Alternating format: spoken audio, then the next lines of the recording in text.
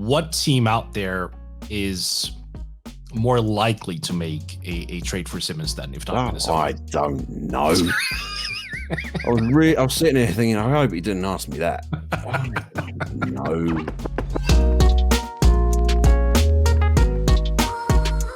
So, Mark, one of the biggest, honestly, questions remaining in this season, or off season rather, is Ben Simmons. He still hasn't gotten moved. It seems like he's kind of hell bent on moving. These are rumors that are just floating around that he wouldn't report, that he's ignoring calls from Philly. Like, these are not substantiated by any kind. But if there's any truth to it, the situation seems pretty dire. So, I mean, what's the game plan for Philly here? Oh, he'll be moved. It's when, not if, surely. So we will have seen the same report about how they were demanding what's become the contemporary package of choice. So all the picks plus the swaps. We've seen it now we saw it for James Harden, we saw it for Paul George. We saw it for Jrue Holiday. A little bit of Westbrook. Yeah.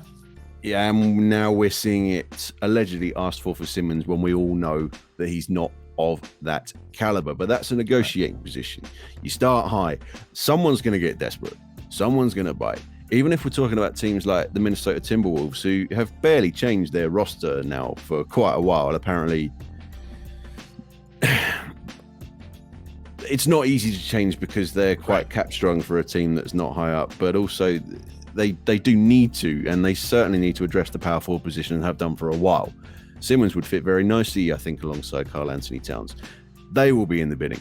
Teams such as potentially even Dallas that we talked about, who need that one extra star, which Simmons could be. He's not yet, but he could certainly be. He's certainly good. They will be in the bidding. Someone will get desperate, even if it becomes a swap for someone like Pascal Siakam. Someone will get desperate. The fact that the bulk of free agency is over does not mean that roster turnover has settled down. There is still plenty of scope here, and Philly can be patient, because whilst they lose a bit of leverage in the sense that we can all hear the same thing about how divorce is inevitable, and whilst we all see that the on-court chemistry between Simmons and Embiid is far from ideal, and while we can all see that he as an individual talent has not progressed all that much over the last few years, we also all see that he's good. They see that too. He's tied down long term.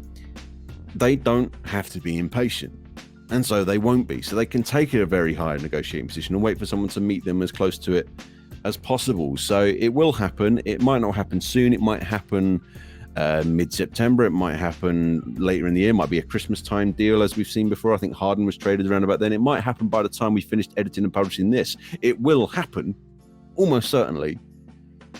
But they do have the leverage, the time, and the patience to hold the carrot up really, really high. Yeah, I mean, his remaining contract is 4 years, correct?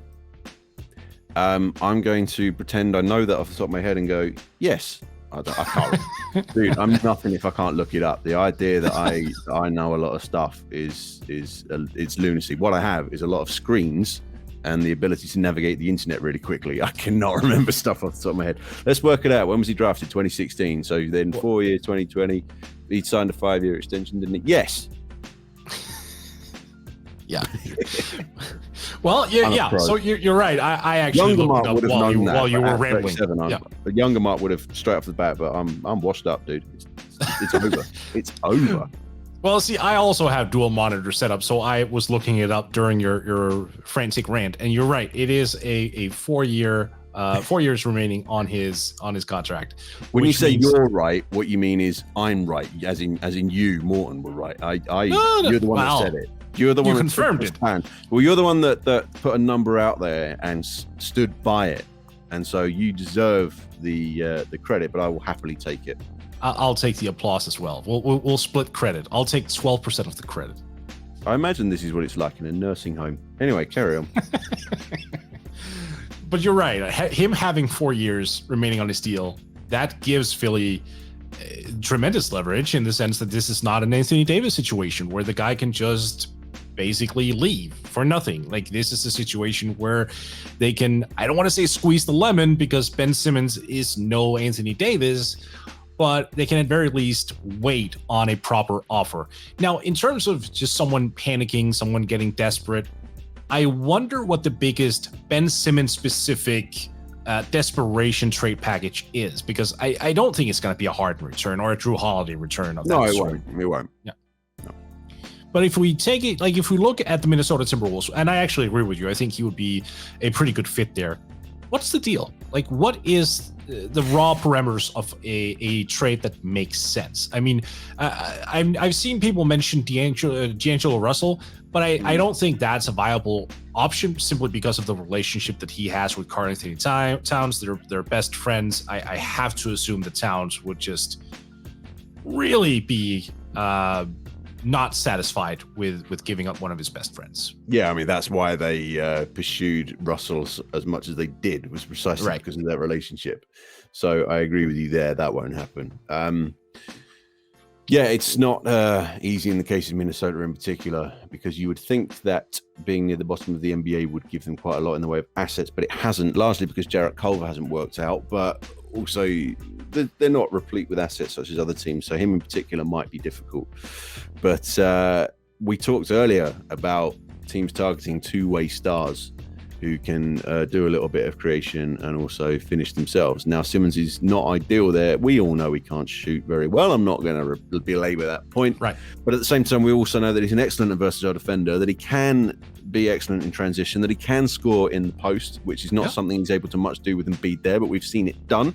And so he could be that player. He could be that third-tier star. We can't project too much on the shooting ever coming around because there's not a lot of prognosis for doing that. But even so, there's still growth to be found in the areas of his game that he already has. Even if he doesn't expand it much, he can be a better and more confident finisher. He can be the other half of the pick and roll a lot more than he currently is. He can be the roller rather than the dribbler. He can handle in transition. He can bring it up. He can do some basic playmaking in the half court. He can go on to be that complementary third piece that a team such as, I don't want to harp on and keep saying Dallas, but let's say Dallas could, in theory, benefit from. He could benefit the Utah Jazz in a similar way, for example. There's suitors out there. It's just a question of finding one that is on the right timeline with the right pieces. If you're the Timberwolves, do you consider moving Anthony Edwards for Ben Simmons? I've never thought about it. Personally, yes. But if I was Philly, I wouldn't want that. So I don't know if it's a starter. Well, I think the idea would be that you could reroute Edwards into something. Maybe you could expand it into a 3-team deal. Basically the raw parameter being, outgoing the Rookie of the Year runner-up, and then in comes Simmons. And then, you kind of have to finagle something there from the perspective of Philly, of course. But yeah, potentially. But then I hate to sound negative. I'm not particularly big on Anthony Edwards. Okay, I realized that he did put in quite a lot of volume in his rookie year, but it's very hard for me to look to him and see anything other than Ricky Davis. So I would. That's rough. That's tough. Okay. Well, I don't mean it in a harsh way, in that Ricky Davis was a bit too maligned, but at the same time, he was inefficient and ball dominant. And I think we have similar shortcomings with Edwards. Now, he was better as a rookie than I thought, but also his metrics do measure out to be pretty negative overall.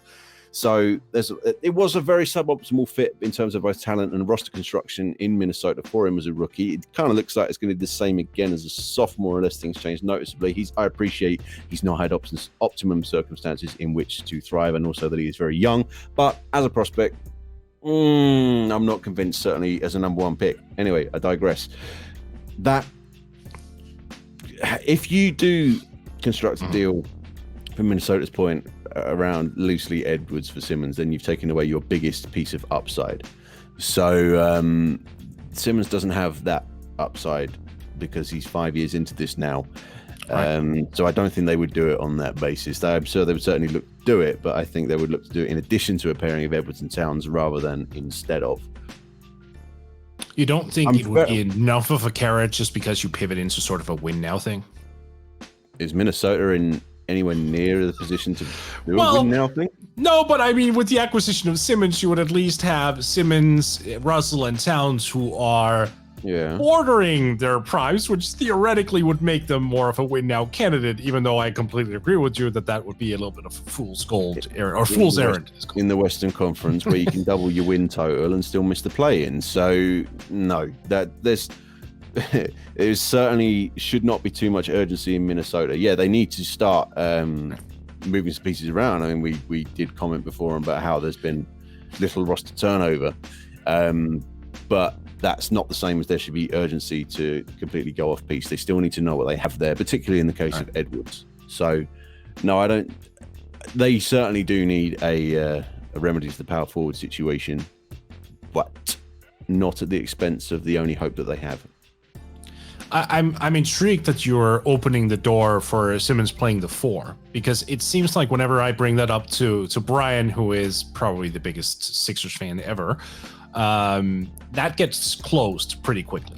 Well, I mean, in as much as it doesn't really matter, he's a point guard power forward, is he not? Right. It's an increasingly positionless league, and this man is the epitome of it, because he can play all over on defense and hardly anywhere in the half-court offense. I mean, he can play a more traditional 4. You can put him in the post. You can have him regularly as the roll man. He can defend most 4s. I would see him as a potential 4, especially in a modern day where DeMar DeRozan types are playing power forward. Yeah, absolutely. Bryan is infinitely going to be more versed on that than I. So even though he's an idiot who should never be listened to, I would listen to him over me on that one. But miss you, Bryan. But I don't see that as being a problem. It's a question of whether he can match up defensively and whether you can space sufficiently around him offensively, which, given that we're now in the 4 or 5 out era, you should be able to do in so many different lineups. Yeah. I think part of it is also him actively wanting to play, that stereotypical point guard position. We saw the same thing. Now I'm going way back to when you and I were kids, back to 2000, to the year 2000, actually, where Jalen Rose coveted the point guard position in Indiana. I know you remember this. But hang on, I was being harsh when I said that Anthony Edwards was Ricky Davis, but you just liking Ben Simmons to Jalen Rose, and that's fine, yeah? Well, no, but the positional demand that I need to be a point guard. I need to be. And look, if we draw current era comparisons, we can talk about how Anthony Davis refuses to play center because he wants to be seen as a power forward. Even though those positions have become very interchangeable. My point is this: if Ben is just absolutely determined to be, a quote unquote point guard and the guy who sets everything up 80-85% of the time, what does that mean for also his trade value? What does this mean for his future? I mean, does he have to pivot his mindset into thinking a little bit more open and just in terms of copying, for example, a Giannis Antetokounmpo who plays all over the floor? Does he need to embrace that sort of positional diversity? I think it's a bit nebulous in the sense that it doesn't really matter. You are defined positionally mostly by what you defend. B, he's not exactly that player now anyway, so it's not as though he would need that to sustain.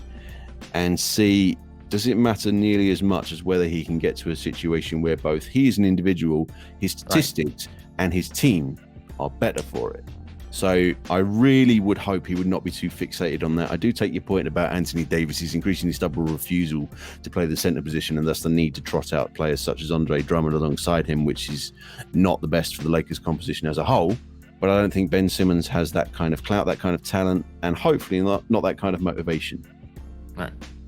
Well, let's hope not, because it does appear to be an issue, at least from what I've heard over the years from Mr. Well, look, maybe it is. All right. I come at things purely as an outsider. I do that on purpose because then I can just give an unbiased opinion rather than I heard something from my one source. Oh, now I'm biased that way. So I deliberately come at things as an outsider, and that means I'm going to be wrong a lot, but at least I can be consistently, logically wrong, which is somehow better in my mind. But as an outsider, I wouldn't want that to be an issue, because if you get Simmons in a position where he can be better, then that should really be what matters. And that position is for him to not have such a primary creating role in the half court, or if it is going to be that, it at least he's on a team with better role options, and he needs to get better at it as an individual. So why can't that be a quote unquote power forward? Does it matter? It doesn't, does it? Yeah, no. Like you say, Giannis is technically a power forward. So what? He's not Anthony Mason out there, is he? So RIP Mace. So what difference does it make? Hopefully none. Right. And also, I think the presence of Russell could actually benefit him greatly. I mean, I off the top of my head, I don't remember Ben ever having played with a guard of similar raw talent as D'Angelo, really, just in terms of shot making ability, ball handling, passing vision. I mean, that could benefit him a lot. Potentially, if they can develop the requisite pick and roll chemistry. Right. You're right. I can't think of either of them having a pairing like the other for that. But I'm not going to get too fixated on the idea of Simmons playing for Minnesota because it's going to be difficult to construct a deal. Right. Well, so let's end the Simmons segment on that. What team out there is more likely to make a trade for Simmons than if not Minnesota? I don't know. I was sitting here thinking, I hope he didn't ask me that. I don't know.